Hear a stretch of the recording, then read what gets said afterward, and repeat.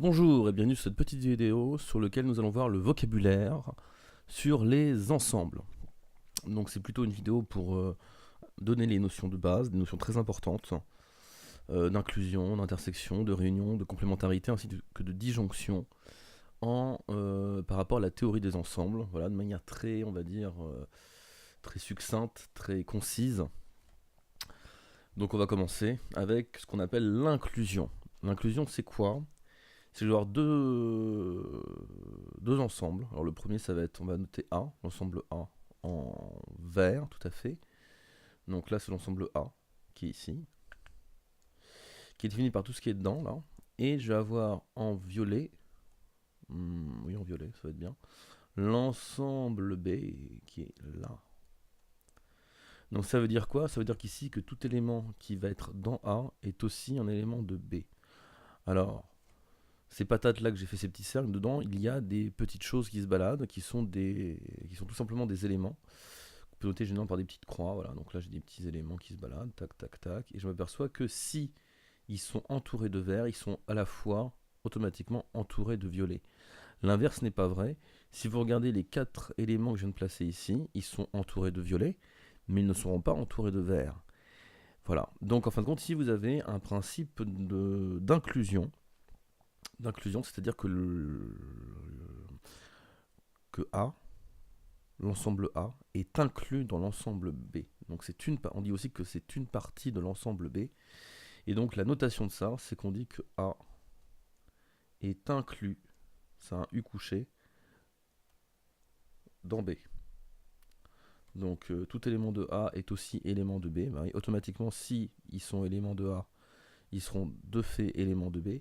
Et bien sûr, on dit, ça c'est la petite truc en plus, que A est une partie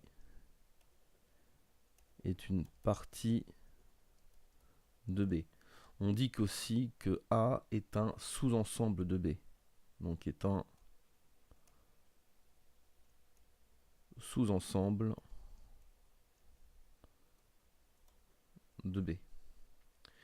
D'accord? Donc c'est des petites choses, une notion vraiment de vocabulaire, pouvoir se repérer. Donc là, vous venez de voir l'inclusion. Voilà. Maintenant, on va parler d'intersection. L'intersection, c'est que je vais me donner donc toujours A en vert, B en violet. Donc je vais avoir mon A qui vaut ça, qui est une sorte de cercle dans lequel je vais avoir des éléments. Et mon B aussi, je vais avoir un cercle ici, un ensemble, donc délimité par ce cercle là en violet, B, et je vais avoir des éléments qui vont se balader dedans. Et ça c'est intéressant, donc ici je vais en faire quelques-uns. Voilà. Tac, tac, tac, tac, tac, tac. Voilà. Donc voici un peu, nous avons deux ensembles, l'ensemble A avec des éléments, les croix blanches qui sont dedans, et nous avons l'ensemble B, donc avec des éléments qui sont aussi délimités par le cercle violet, et là nous en avons 1, 2, 3, 4, 5, 6, 7 qui se baladent dedans.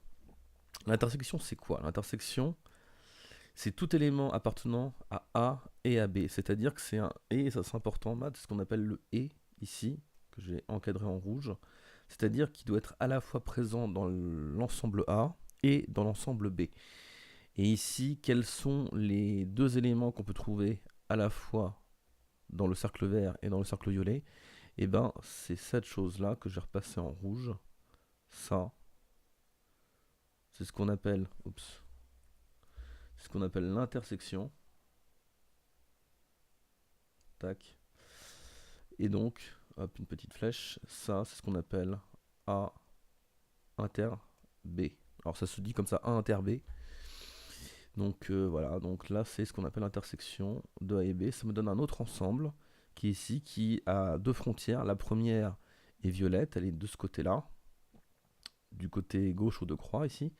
Et l'autre partie de la frontière sera verte, qui est du côté droite à ces deux croix-là. Et ça me donne donc vraiment un autre ensemble qui est l'intersection de mes deux ensembles de base. Donc voilà, c'était un autre point. Maintenant, on va parler de la réunion de deux ensembles. Alors, on va partir sur la même chose. Donc ici, je vais me donner l'ensemble A. Ça sera vraiment les mêmes. Hein. L'ensemble A. Tac.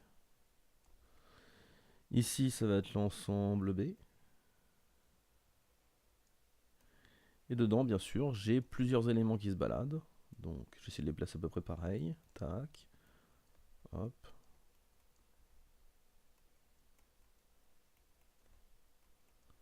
Donc, ici maintenant, on parle de réunion. Et la définition, c'est tout élément appartenant à A ou à B.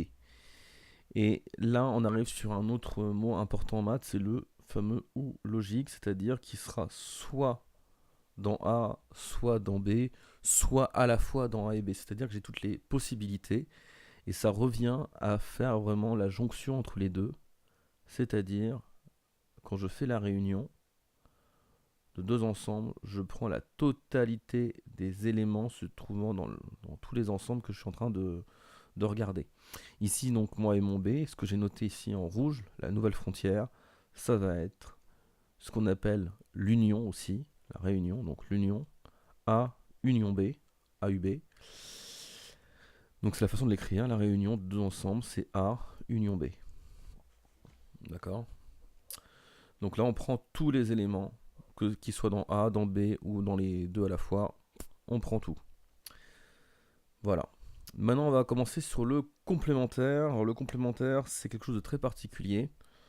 On va revenir sur de l'inclusion, vous allez voir. Donc, je vais partir d'un A, hop, qui est ici, et d'un grand ensemble B qui est juste là. Et j'ai placé des éléments pour bien voir. J'essaie vraiment de faire comme j'avais fait à gauche pour que ça vous fasse un petit rappel. Tac, et j'avais 4 autres éléments. Voilà. Alors, le complémentaire, c'est quoi? On a besoin toujours de deux ensembles pour le définir, c'est-à-dire qu'un ensemble de références dans lequel se situe un sous-ensemble ou une partie. Donc ici, tout élément de B n'appartenant pas à A, c'est-à-dire que A est inclus dans B, et quand je cherche le complémentaire de A par rapport à B, c'est-à-dire que je cherche les éléments qui ne sont pas dans A, mais qui seront quand même dans B. Donc, ça veut dire que je vais regrouper tous les éléments qui ne sont pas entourés en vert et qui sont quand même dans B. Tac, bim. Et donc ici, je viens de trouver ce qu'on appelle le complémentaire de A dans B. Donc, ça, il a un petit nom. Clac. C'est un C, avec ici l'ensemble de références qui est mon ensemble B. Et on a fait le complémentaire de A dans B. Donc ici, je vais bien le mettre comme ça. Donc ça me fait complémentaire de A dans B. Donc voilà, c'est une façon de l'écrire. Il y a une autre manière, mais ça c'est plutôt quand on est en termes de proba, on l'écrit différemment. Ça on verra en temps voulu.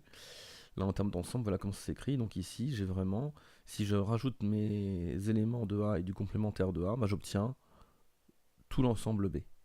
Assez simple. Donc dans ma définition, elle peut vous paraître un peu bizarre, un peu biscornu, mais c'est tout élément qui va être situé dans B et qui n'appartient pas à A, qui est une inclusion de B. Enfin, qui est donc inclus dans B. Voilà. Maintenant, on va parler de la disjonction, ce qui est un peu plus tranquille. Donc pareil, je vais avoir deux éléments, enfin deux ensembles. Je vais avoir l'ensemble A, qui va être comme ça. Et cette fois-ci, mon ensemble B, il va pas le recouper, il n'y aura pas de recoupage, comme dans l'intersection dans la réunion, il va être plus loin, tac, et donc les deux, ils ne vont rien partager. C'est-à-dire ici, j'ai des éléments,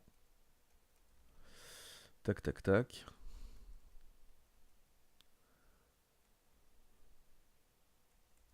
Voilà. J'ai l'ensemble A, l'ensemble B, et je m'aperçois qu'ils ne partagent aucun élément en commun. J'ai 4 éléments dans A, j'ai 5 éléments dans B, mais il n'y en a aucun qui est identique et qui est à la fois entouré par du violet et du vert. C'est-à-dire qu'ici, on va faire à ce qu'on appelle la disjonction entre les ensembles A et B. On dit aussi que A et B sont disjointes, d'accord? Voilà. Lorsqu'il n'y a aucun élément qui appartient à la fois à A et B, c'est-à-dire que ici le et je ne l'ai pas. On dit aussi que l'intersection est vide, ça c'est très important,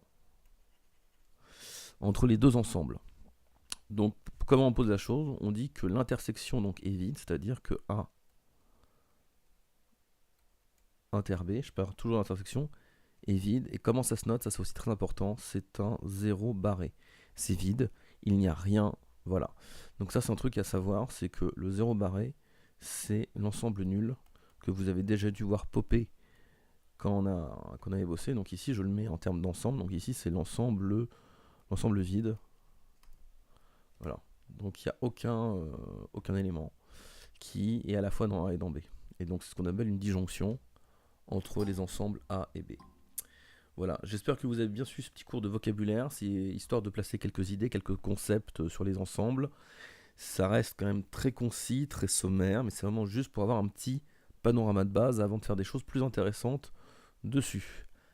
Voilà, c'est des choses qu'il faut quand même avoir et acquérir pour être plus à l'aise dans tout ce qui est notamment algèbre et probabilité.